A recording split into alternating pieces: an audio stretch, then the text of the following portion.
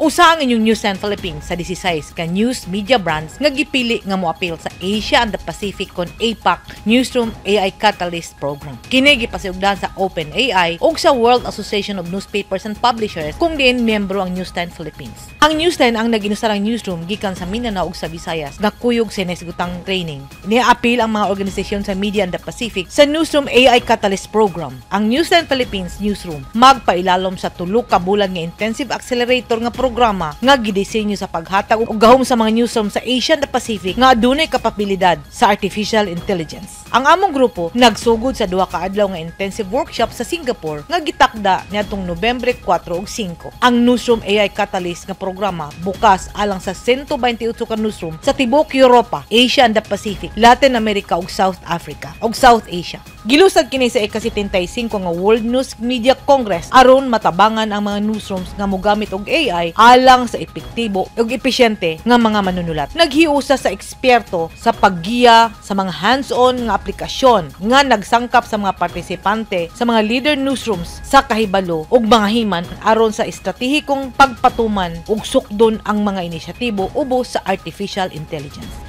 Ang matag kumpanya sa media nga kompleto og programa mugawas nga adunay usa ka prototype kung susama nga modelo ug usa ka gipahiangay nga mapa o dalan ang gilaraw aron mapalapad ang mga kapabilidad sa AI ug mapauswag ang mga kahusayan sa operasyon alang sa paghimo og taas nga kalidad nga sulod sa mga balita. Sumala ni Thomas Jacobs, ang Chief Operating Officer sa WAN-IFRA, ang industriya sa media nag-uswag sa usa ka bag-o ug tulin nga dalan ug ang mga organisasyon sa balita gikinhanglan nga mogamit sa teknolohiya aron magpabilin nga may kalabutan ug lig-on kini nga moharong sa information highway. Matud ni Thomas Jacob, ang AI naghatag og mga himan sa pagbag-o alang sa mga manunulat gikan sa pag-automate o kon pag-digitalize niini sa naandan nga buluhaton hangtod sa paghimo og mas lalom nga paghubad ug paghatod og mas personal nga unod sa mga balita alang kaninyo nga among mga followers. Ang pagsagop sa AI dili lang bahin sa pagpauswag sa kaepektibo. Kini naghatag og gahom sa newsroom nga maka-focus o maka-concentrate sa taas nga kalidad, ma-influensyahan ang hutong sa mga manunulat nga maghimo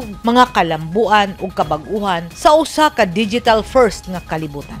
Ang pakigtibayong sa WAN-IFRA ug sa OpenAI nagpatuman sa usa ka mahinungdanon nga lakang sa pagtubag sa media ug magamit kini sa pagpauswag alang sa dugay ug matinud-anon nga pagpaligon sa pagsalig sa publiko. Sa sulod sa 3 ka bulan, ang APAC Newsroom AI Catalyst magpakita sa mga hybrid nga mga sesyon sa pagbansay, mga workshop ug mga diskusyon nga langkuban sa WAN-IFRA Global Network nga inisyatibo sa pagbutang sa mga partisipante ug tatak sa mga balita unahan sa AI-driven nga panulat sa mga rehiyon. Ang mga estruktura nga gihatag sa mga partisipante puros gipahaom sa mga suporta aron matubag ang hagit sa atong panahon ug masabtan nato unsa ang dagan sa teknolohiya ug unsaon niini pag-influensya ang hutong sa mga manunulat ug ang media industry. Ang AI research ug deployment company luyo sa ChatGPT nagpondo ug mohatag sa mga technical nga tabang alang sa maong inisyatiba. Sumala ni David Doxen, media partnership sa OpenAI, nalipay sila nga suportahan ang organisasyon sa WAN-IFRA sa pagsuhid sa mga kaso sa paggamit sa AI sa ilang newsroom ug negosyo. Dakong tabang matud niini ang AI sa mga operasyon sa mga newsrooms, gikan sa pagpausbaw sa mga pagpadagan niini hangtod sa workflow o pagpadagan sa mga buluhot, ang pagdiskubre sa mga bagong panlantaw ug unsaon nato pagtuki nga kita gisundan o gipaminaw sa atong mga followers. Kini nga programa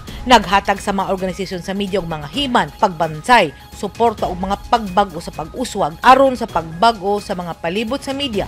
Sumala ni Doxen, ang tanang news organizations nga misalmot sa OpenAI Catalyst Program mahuman karong Pebrero tuig 2025. Girepresentahan ang inyong newsroom sa Newsline Philippines sa inyong mga kauban ug inyong mga manunulat. Ang artificial intelligence kon AI usa ka komprehensibong teknolohiya nga gamiton pinaagi sa computer aron iabante ang mga gahom niini. Apil na ang abilidad sa pagsabot, pag-translate sa mga lingwahe, pag-analisar sa mga data alang sa usa ka komprehensibong rekomendasyon. Bisan pa man unsa kataas ang teknolohiya sa tibok kalibutan, dili ang ngayang malimtan nga ang utok sa matag individual nagpabilin nga pinakaligon nga himan sa pagdiscover sa mga kabag-uhan sa digital nga kalibutan. Hinumdumi ang utok gihapon sa tao ang naghimo ug nagprograma sa artificial intelligence.